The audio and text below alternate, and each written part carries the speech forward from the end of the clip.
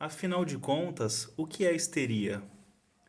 Talvez sem a histeria, a psicanálise com Freud nem teria nascido, não teria surgido. A psicanálise surge como uma resposta direta para a demanda da histeria, para a demanda clínica da histeria. É isso que desencadeia o surgimento da psicanálise com Freud. Sigmund Freud, esse médico neurologista, que percebeu que a causa da histeria não estava em nenhum processo fisiológico ou anatômico. E aí nasce a ideia da somatização. Então a psicanálise é uma resposta direta para a histeria. E aí resta a pergunta: o que é a histeria? Eu estou aqui com o livro do Nasio em mãos, Juan Davinasio, A Histeria, Teoria e Clínica Psicanalítica, para tentar entender e responder rapidamente o que é a histeria. Ele explica que a histeria é tão íntima da psicanálise que, para resolver o problema da histeria, cria-se no processo analítico uma segunda histeria, uma histeria artificial, que é a neurose de transferência. Um relacionamento muito especial que existe entre o analista e o paciente.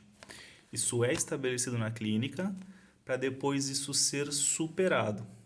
E a superação dessa neurose artificial significa também a superação daquela histeria originária que resultou na demanda clínica.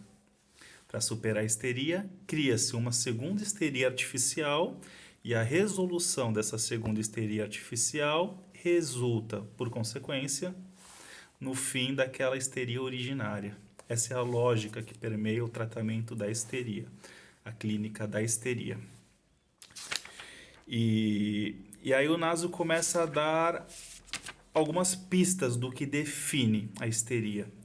E aí ele diz, tem dois modos de compreender a histeria. A histeria como uma entidade clínica, esse é um primeiro olhar, ele chama isso de ponto de vista descritivo, e é possível compreender a histeria sob um ponto de vista relacional, mapeando o modo como o corpo histérico se relaciona com outras pessoas, especificamente como o ser histérico se relaciona com o analista. Esse seria o ponto de vista relacional. E o outro, entender a histeria como uma entidade clínica. Vamos ter um olhar específico para a histeria como entidade clínica. Eu acho que isso define bem o aparecimento da histeria no corpo, enquanto sofrimento, enquanto forma de sofrimento. Então, como que nós percebemos a histeria? Quais são os sintomas clássicos da histeria? Nasio nos explica aqui. São perturbações da motricidade, do movimento, como contraturas musculares, dificuldades da marcha, dificuldades de caminhar, uma dificuldade súbita de caminhar que se abate sobre o corpo, paralisias de membros específicos, paralisias faciais, paralisias diversas, né? Distúrbios de sensibilidade, como dores localizadas, enxaquecas contínuas, anestesias de uma região específica do corpo e etc. E por fim, distúrbios sensoriais, como cegueira, surdez e afonia. Isso em casos de histeria aguda, agudíssima. Esses são os sintomas clássicos de histeria. Mas uma palavra que define histeria também é exagero. Um modo exagerado de se relacionar com as coisas, com valores, com objetos, com pessoas. O exagero é uma característica histérica muito forte. Muito forte. A gente tende a associar exagero com vícios, né? Vícios em álcool, compulsões, drogas, mas aquela busca insana por beleza, uma busca exagerada por beleza, aquela pessoa que só pensa em academia 24 horas por dia, em ter um corpo belo, isso também é algum sintoma histérico. Pode ser visto e interpretado dessa maneira, como sintoma histérico. Então esses são os sintomas clássicos da histeria, onde você não consegue identificar a causa orgânica, não consegue localizar no corpo a causa dessas manifestações e desses distúrbios que eu citei agora há pouco. Esses distúrbios não obedecem a nenhuma lei anatômica ou da fisiologia do corpo. Se abate sobre o corpo, mas não possui uma causa na anatomia ou na fisiologia do corpo. São esses fenômenos que a psicanálise visa tratar. busca tratar. E ela é uma resposta eficiente para isso. A psicanálise é uma resposta eficiente para a questão da histeria.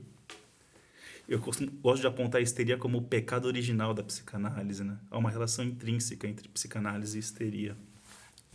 E para concluir já, o Nasio traz uma outra característica fundamental, que é o que ele chama de corpo sexuado.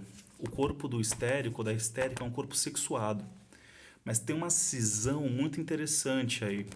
Uma cisão que se dá na genitalidade. O corpo do histérico é todo muito sexuado. É como se você tocasse ali no braço de um histérico, que ali tivesse ali uma excitação sexual, de cunho sexual. É um corpo sexuado. Mas, curiosamente, a genitália é muito anestesiada.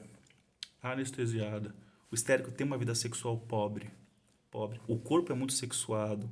A preocupação com a estética é muito forte no histérico ou na histérica.